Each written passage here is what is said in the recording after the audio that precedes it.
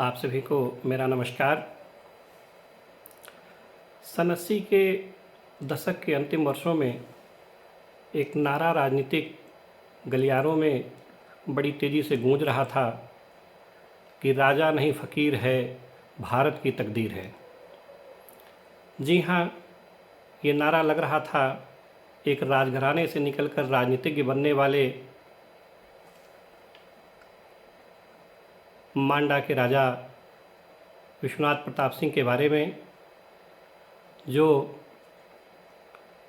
पहले विधायक बने, फिर सांसद बने, फिर केंद्रीय मंत्री बने, उत्तर प्रदेश के मुख्यमंत्री बने, देश के वित्त मंत्री बने, देश के रक्षा मंत्री बने और 20 वर्ष के अपने राजनीतिक जीवन में इस देश के प्रधानमंत्री बने। विश्वनाथ प्रताप सिंह का जन्म 25 जून 1931 को इलाहाबाद की डैया रियासत है, उस डैया रियासत में हुआ था, लेकिन उनको मांडा रियासत के राजा बहादुर रामगोपाल सिंह ने उन्हें गोद ले लिया और विश्वनाथ प्रताप सिंह ने इस बात को खुद स्वीकार किया है कि उनकी जो शिक्षा दीक्षा हुई है वो उसी गांव के एक अध्यापक थे श्री कालूराम, उनकी प्रारंभिक शिक्षा उन्होंने ही शुरू कराई थी और बीपी सिंह ने ये स्वीकार किया कि सबसे पहला मुझे अक्षर ज्ञान जो दिया वो श्री कालूराम ने ही दिया। बीपी सिंह उसके बाद इलाहाबाद के सेंट मैरी कॉन्वेंट स्कूल में, बॉयज़ हाई स्कूल, देहरादून के कर्नल ब्राउन, बनारस के उदय प्रताप कॉलेज जिसे यूपी कॉलेज कहा जाता है, और इलाहाबाद विश्वविद्यालय और बाद में पुणे के फर्ग्यूसन कॉलेज से उन्होंने अपनी शिक्षा पूरी की। इस बात को उन्होंने खुद स्वीकार किया है और राम बहादुर राय की एक किताब है मंजिल से ज़्यादा सफल, उन्होंने स्वयं इस बात को अपनी शिक्षा के बारे में उन्होंने विस्तार से बताया है। बीपी सिंह राजघराने में पैदा हुए लेकिन राजनीति में आ गए। जब वरिष्ठ पत्रकार राम बहादुर राय ने उनसे पूछा कि क्या आप राजनीतिक महत्वाकांक्षा के कारण राजनीति में आए हैं, तो विश्वनाथ प्रताप सिंह का सीधे कहना था, उन्होंने बड़ी ईमानदारी और साफगोई से इस बात को स्वीकार किया और कहा कि बिना इच्छा और महत्वाकांक्षा के न तो कोई राजनीति में आता है और न ही किसी पद पे पहुंचता है। बहरहाल विश्वनाथ प्रताप सिंह राजनीति में आ गए, भूदान आंदोलन से भी जुड़े थे। उन्होंने अपनी रियासत की बहुत सारी ज़मीनें भूदान आंदोलन विनोबा जी के संपर्क में थे तो उन्होंने दान कर दी थी। बाद में उसमें काफ़ी कानूनी लड़ाई भी हुई थी, जो लोग वहाँ के होंगे इस बात को जानते होंगे। विश्वनाथ प्रताप सिंह के राजनीतिक जीवन की सक्रिय शुरुआत 1969 में हुई, जब वो इलाहाबाद की सोराव विधानसभा सीट से विधायक बने। ये फूलपुर लोकसभा के अंतर्गत एक आने वाली विधानसभा की सीट है, सोराव गंगा पार में है, और वो कांग्रेस प्रत्याशी के रूप में विश्वनाथ प्रताप सिंह वहाँ से चुनाव लड़े थे और उन्होंने सोशलिस्ट पार्टी के श्री रामाधार पांडे को 1200 वोटों से उस चुनाव में पराजित किया था। ये विश्वनाथ प्रताप सिंह की पहली राजनीतिक यात्रा की शुरुआत थी। विश्वनाथ प्रताप सिंह 1971 में सांसद बन गए। उसके बाद श्रीमती इंदिरा गांधी की कांग्रेस में थे तो श्रीमती इंदिरा गांधी के काफ़ी करीब हो गए और उन्हें सबसे पहले केंद्रीय वाणिज्य उप मंत्री बनाया गया, जो बाद में केंद्रीय वाणिज्य राज्य मंत्री का प्रभार दे दिया गया। इस दौरान बीच में सन 1980 से लेकर 1982 तक विश्वनाथ प्रताप सिंह उत्तर प्रदेश के मुख्यमंत्री भी रहे। 1984 में इंदिरा गांधी की हत्या हो गई। उनकी हत्या के बाद इस देश में चुनाव हुए। कांग्रेस के पक्ष में बहुत बड़ा जनादेश आया, शायद उतना बड़ा जनादेश स्वतंत्रता के इतिहास में कभी भी किसी दल को नहीं मिला था। प्रचंड बहुमत के साथ आई कांग्रेस की सरकार में श्री राजीव गांधी, जो उनके पुत्र थे इंदिरा गांधी के, इस देश के प्रधानमंत्री बने। दरअसल राजीव गांधी राजनीतिज्ञ नहीं थे और न राजनीति में आना चाहते थे। वो एक पढ़े लिखे व्यक्ति थे पायलट थे, जहाज उड़ाया करते थे, राजनीति में आने की उनकी कोई रुचि नहीं थी और वो राजनीति के अनुकूल भी नहीं थे, या मैं ये कह सकता हूँ कि भारतीय राजनीति के तो बिल्कुल ही अनुकूल नहीं थे वो। लेकिन इंदिरा गांधी की हत्या के बाद वो भारत आए, राजनीति में सक्रिय हुए और उस चुनाव में कांग्रेस को बड़ा जनादेश मिला और राजीव गांधी प्रधानमंत्री बन गए। और उनके प्रधानमंत्री बनने के बाद उनके मंत्रिमंडल में श्री विश्वनाथ प्रताप सिंह वित्त मंत्री के पद पर कार्य करने लगे, उनको वित्त मंत्री बनाया गया देश का। विश्वनाथ प्रताप सिंह की छवि एक ईमानदार राजनेता की थी। अपने पूरे राजनीतिक जीवन में प्रारंभ से लेकर के मृत्यु तक बीपी सिंह के ऊपर कभी भी भ्रष्टाचार के या कदाचार के कभी आरोप नहीं लगे। वो स्वयं एक साफ सुथरी छवि के नेता थे और न ही भ्रष्टाचार को वो स्वीकार करते थे या भ्रष्टाचार करते हुए किसी को देख सकते थे। वित्त मंत्री बनने के बाद वीपी सिंह के ये संज्ञान में आया कि बहुत सारे भारतीयों का पैसा विदेशी बैंकों में जमा है, जो कि काला धन के रूप में है। वीपी सिंह ने इसकी सच्चाई जानने के लिए एक अमेरिका की जासूसी गुप्तचर संस्था है फेयरफैक्स, उस फेयरफैक्स को उन्होंने इस सच्चाई का पता लगाने के लिए जांच दे दिया कि इसमें कितनी सच्चाई है, और वीपी सिंह से उनकी टकराव की शुरुआत यहीं से होती है।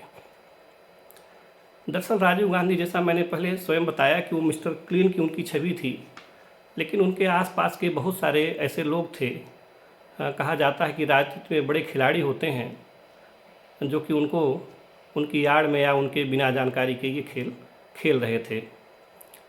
तो उसमें बहुत सारे लोगों का नाम धीरे धीरे निकल करके सामने आने लगा, जिसमें इस देश के एक बड़े अभिनेता और एक बड़े आज की तारीख में जो इस देश का बहुत बड़ा व्यावसायिक समूह है, उनके मुखिया का भी नाम सामने आने लगा कि ऐसे बहुत सारे लोगों ने विदेशों में अपने पैसे जमा करे हैं, और इसकी जांच वीपी सिंह ने फेयरफैक्स को दे दिया। अब राजीव गांधी के ऊपर दबाव बनने लगा कि वीपी सिंह को वित्त मंत्री के पद से हटाएं, नहीं तो ये पद पे रहेंगे तो जिस ढंग से ये कर रहे हैं तो इसमें आगे क्या हो क्या नहीं हो, लोगों को बड़ी आशंकाएं होने लगी और राजीव गांधी के ऊपर दबाव बनने लगा। जैसा कि मैंने कहा कि राजीव गांधी सीधे साधे व्यक्ति थे, राजनीति की कुटिलताओं से बहुत परिचित नहीं थे, वो उस काकस के दबाव में आ गए। उन्होंने वीपी सिंह को अपने आवास पर बुलवाया और कहा कि मैं आपको इस देश का रक्षा मंत्री बनाना चाहता हूँ। वीपी सिंह मान गए, वीपी सिंह इसके लिए तैयार हो गए, लेकिन वीपी सिंह वास्तव में जानते थे कि उनको वित्त मंत्रालय से रक्षा मंत्रालय में भेजने के पीछे वास्तविक कारण क्या है। वीपी सिंह इस देश के रक्षा मंत्री बने। ये घटना है जनवरी 1987 की। वीपी सिंह को वित्त से रक्षा मंत्रालय में भेजना राजीव गांधी के लिए ज़्यादा नुकसानदेह साबित हो गया। रक्षा मंत्री बनने के बाद वीपी सिंह के संज्ञान में पनडुब्बी घोटाला, जिसको सबमरीन स्कैम कहा जाता है, रक्षा मंत्रालय का सबमरीन स्कैम वीपी सिंह के संज्ञान में आया, जिसमें 30 करोड़ रुपए की दलाली का आरोप लग रहा था। और वीपी सिंह ने दिनांक 9 अप्रैल 1987 को सबमरीन घोटाले की जांच के आदेश दे दिए।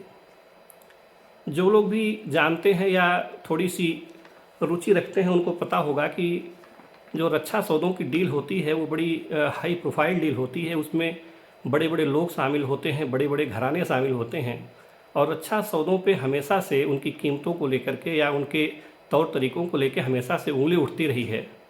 जैसा कि अभी हाल ही में एक राफेल सौदे में भी देखा गया। तो ये बड़े पैमाने की चीज़ होती है और इसमें बड़े पैमाने पे बड़े लोग शामिल होते हैं। और जब वीपी सिंह ने सबमरीन घोटाले की जांच का आदेश दिया 9 तारीख को, तो राजीव गांधी के ऊपर तुरंत दबाव बढ़ने लगा कि वीपी सिंह को तत्काल पद से हटाया जाए, मंत्रिपरिषद से हटाया जाए, नहीं तो ये जहाँ रहेंगे वहीं ये सब चीज़ करते रहेंगे। जब राजीव गांधी के ऊपर दबाव बढ़ा तो वीपी सिंह इस बात से अवगत हो गए कि उनको पद से हटा दिया जाएगा। तो उन्होंने दिनांक 11 अप्रैल 1987 को इस देश के रक्षा मंत्री के पद से त्यागपत्र दे दिया, जो कि 12 अप्रैल को राष्ट्रपति ने स्वीकार कर लिया। लेकिन बीपी सिंह अपने फैसलों से लगातार ये एक संदेश देने में कामयाब हो गए कि जो राजीव गांधी जब पद ग्रहण किए थे मिस्टर क्लीन की छवि के साथ, उनकी छवि को, उनकी सरकार को, इनकी इमेज को इससे बहुत बड़ा धक्का लगा। बीपी सिंह पद से त्यागपत्र दे दिए। इसी बीच एक बड़ी घटना होती है। 16 अप्रैल 1987 तारीख थी, 16 अप्रैल 1987 को एक बड़ा धमाका हुआ और स्वीडिश रेडियो ने एक खबर प्रसारित कर दी कि भारत और स्वीडन के बीच में जो होवित्जर तोप, जिसको आम भाषा में बोफोर्स तोप कहा जाता है, उसमें 87 करोड़ रुपए की दलाली खाई गई है।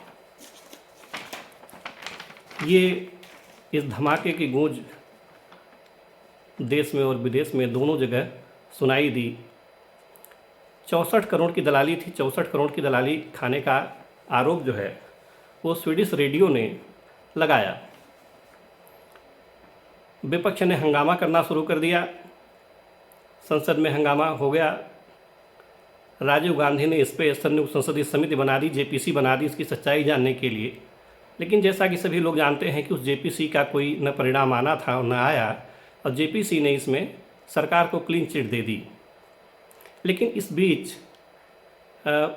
बड़ी घटनाएं, बड़े नाम उसमें शामिल धीरे धीरे सामने आने लगे। चूँकि जब मामला उठ गया तो इसमें बड़े बड़े नाम सामने आने लगे, जिसमें हिंदुजा बंधुओं का नाम सामने आया, विन चड्ढा का नाम सामने आया, अरुण नेहरू का नाम सामने आया और ओतावियो क्वात्रोची का नाम इसमें सामने आया।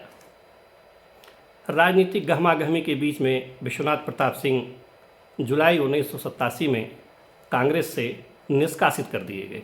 कांग्रेस से उनको बाहर का रास्ता जब दिखा दिया गया तो बीपी सिंह ने राज्यसभा की सदस्यता से भी अपने त्यागपत्र दे दिया। उन्होंने कहा कि जब मैं पार्टी में नहीं हूँ तो मुझे इस पद पर रहने का औचित्य नहीं है, क्योंकि विश्वनाथ प्रताप सिंह राजनीति में नैतिकता और शुचिता का पालन करते थे। त्यागपत्र देने के बाद विश्वनाथ प्रताप सिंह ने बोफोर्स को राजनीतिक मुद्दा बना दिया। वो राजीव गांधी पर सीधा हमलावर हो गए और वो आरोप लगाते रहे कि इस बोफोर्स तोप घोटाले में जो दलाली खाई गई है उसमें राजीव गांधी ने भी पैसा लिया है, राजीव गांधी ने भी दलाली खाई है। और उन्होंने ये आरोप लगाया कि जो इटालियन है ओतावियो क्वात्रोची, उसके खाते में उन्होंने पैसे लिए हैं और पैसे भेजे हैं। इसके बाद में उन्होंने कहा कि मैं जब मेरी सरकार बनेगी तो मैं इसकी पुष्टि कराऊंगा, मैं इसकी जांच कराऊंगा। बीपी सिंह के ये आरोप, चूँकि ये आरोप बीपी सिंह लगा रहे थे, चूँकि मैंने बताया कि बीपी सिंह की छवि बड़ी साफ़ सुथरी थी और पूरे राजनीतिक इतिहास में उनका कोई इस प्रकार का आचरण या उनके जीवन से जुड़ी ऐसी कोई घटना नहीं आई थी कि उनकी बात पे संदेह किया जा सके। तो लोगों को ये भरोसा होने लगा कि ये कहीं न कहीं अगर बीपी सिंह आरोप लगा रहे हैं तो इस आरोप में सच्चाई हो सकती है। दूसरा कारण उसमें ये हुआ कि इसमें इटली के लोगों का नाम सामने आ गया। चूँकि इटली राजीव गांधी की ससुराल थी, सोनिया गांधी का घर इटली था, तो इटली के लोगों का राजीव गांधी के यहाँ आना जाना भी था और राजीव गांधी भी इटली आते जाते थे। तो उनके आगे पीछे बहुत सारे ऐसे लोग देखे जाते थे जो कि उनसे मिलते जुलते थे और उन्हीं लोगों का नाम आगे पीछे प्रत्यक्ष परोक्ष रूप से इसमें जब कहीं न कहीं शामिल होने लगा, तो जो बीपी सिंह के लगाए गए आरोप थे वो राजीव गांधी के ऊपर चिपकते देखे गए। लोगों को ये भरोसा हो गया कि चूँकि दो घटनाएं एक दूसरे से साम्य कर रही हैं, तालमेल बैठ रहा है, इसलिए निश्चित रूप से इसमें दलाली खाई गई है, इसमें भ्रष्टाचार हुआ है। और उस 64 करोड़ रुपए के भ्रष्टाचार घोटाले ने देश में राजनीतिक माहौल गर्म कर दिया और अंत में कांग्रेस की सरकार चली गई। राजीव गांधी चुनाव हार गए। आज के समय में जो बड़े बड़े स्कैम हो रहे हैं, बड़े बड़े घोटाले हो रहे हैं, 12,000 करोड़, 15,000 करोड़, 18,000 करोड़ के घोटालों को देख कर के ये लगता है कि उस समय इस 68 करोड़ रुपए के घोटाले में एक निर्वाचित सरकार, या कह सकते हैं कि भारत की राजनीति बदल गई। कांग्रेस से निकलने के बाद बीपी सिंह ने जनमोर्चा का गठन कर लिया और घूम घूम करके वो कांग्रेस के खिलाफ और राजीव गांधी के खिलाफ लगातार आवाज़ उठाते रहे अपनी जेब में वो एक पर्ची लेकर के घूमा करते थे। अपनी जेब में एक पर्ची लेके घूमते थे, कहते थे कि मैं इसमें उन लोगों का नाम लिख करके रखा हुआ हूँ जिन्होंने बोफोर्स तोप के सौदे में दलाली खाई है, भ्रष्टाचार किया है, और जब मेरी सरकार बनेगी तो इसमें से मैं सभी लोगों को उठा करके जेल भेजूंगा। हालांकि बाद में उसकी जांच हुई और परिणाम क्या है उसका मैं आगे आपको विश्लेषण करूंगा। इसी बीच 1989 में लोकसभा के चूँकि चुनाव होने थे तो विश्वनाथ प्रताप सिंह और बाकी कई उसमें वरिष्ठ नेता थे। उसमें एस आर बोमई साहब थे, देवीलाल थे, रामकृष्ण हेगड़े थे, अरुण नेहरू थे, मुलायम सिंह यादव थे, शरद यादव थे, रामविलास पासवान थे, नीतीश कुमार थे, जॉर्ज फर्नांडीज थे। बहुत सारे नेताओं ने मिल करके यह निर्णय किया कि चूँकि कांग्रेस 1984 में इतने बड़े मेजॉरिटी या बहुमत के साथ सरकार में आई है, इसलिए उसको हराने के लिए सारे दलों का, सारे गुटों का एकजुट होना आवश्यक है ताकि कांग्रेस को सत्ता से बाहर किया जा सके, बेदखल किया जा सके। और इसी कारण से सभी लोगों ने मिल करके एक नए दल का गठन किया और 11 अक्टूबर 1988 को एक नए दल का गठन किया और इस दल का नाम दिया गया जनता दल। और इसका चुनाव चिन्ह निर्वाचन आयोग ने जो इसको प्रदान किया वो था चक्र।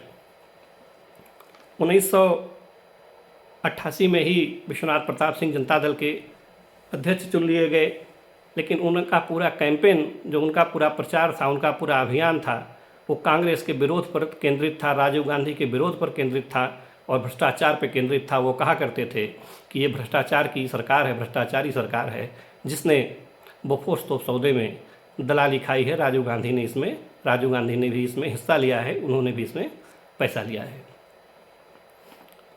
1989 के लोकसभा चुनाव हुए। उस चुनाव में कांग्रेस सबसे ज़्यादा सीट करके सबसे बड़े दल के रूप में सामने आई, लेकिन इस स्थिति में नहीं थी कि सरकार बन सके। राष्ट्रपति महामहिम आर वेंकटरामन साहब ने राजीव गांधी से सबसे बड़ा दल होने के नाते पूछा कि क्या वो सरकार बनाना चाहेंगे। राजीव गांधी ने कहा कि नहीं, मैं सरकार नहीं बनाऊंगा, मैं विपक्ष में बैठूंगा। अब राष्ट्रपति ने दूसरे विकल्प के रूप में जो मोर्चा था, मोर्चा के नेताओं को बुलाया। उस समय मोर्चे में सबसे बड़ा दल था जो था जनता दल। उसके अलावा उसमें वाम मोर्चा शामिल था और भी सहयोगी दल थे, जैसे उसमें तेलुगु देशम थी, तमिलनाडु से करुणानिधि साहब थे, द्रमुक था उसमें। तो ऐसे कई सारे दल थे जो लोग मिल करके 200 इनको पूर्ण बहुमत मिला था। बहुमत से 7 सीटें संभवतः इनको ज़्यादा मिली थी उस चुनाव में। तो सरकार बनाने के लिए मोर्चा को उन्होंने बुलाया और उसके बाद जनता दल की सरकार बननी थी जिसमें देश के नए नेता का चुनाव होना था, देश के नए प्रधानमंत्री का चुनाव होना था। आज के एपिसोड में बस इतना ही। अगले एपिसोड में मैं विश्वनाथ प्रताप सिंह के प्रधानमंत्री बनने की कहानी तथा उसमें जितनी प्रकार की रणनीतियाँ बनी, जितने प्रकार के दाव पेच खेले गए, उसके बारे में मैं आपसे विस्तार से विचार विमर्श करूँगा। बहुत बहुत धन्यवाद, बहुत बहुत आभार।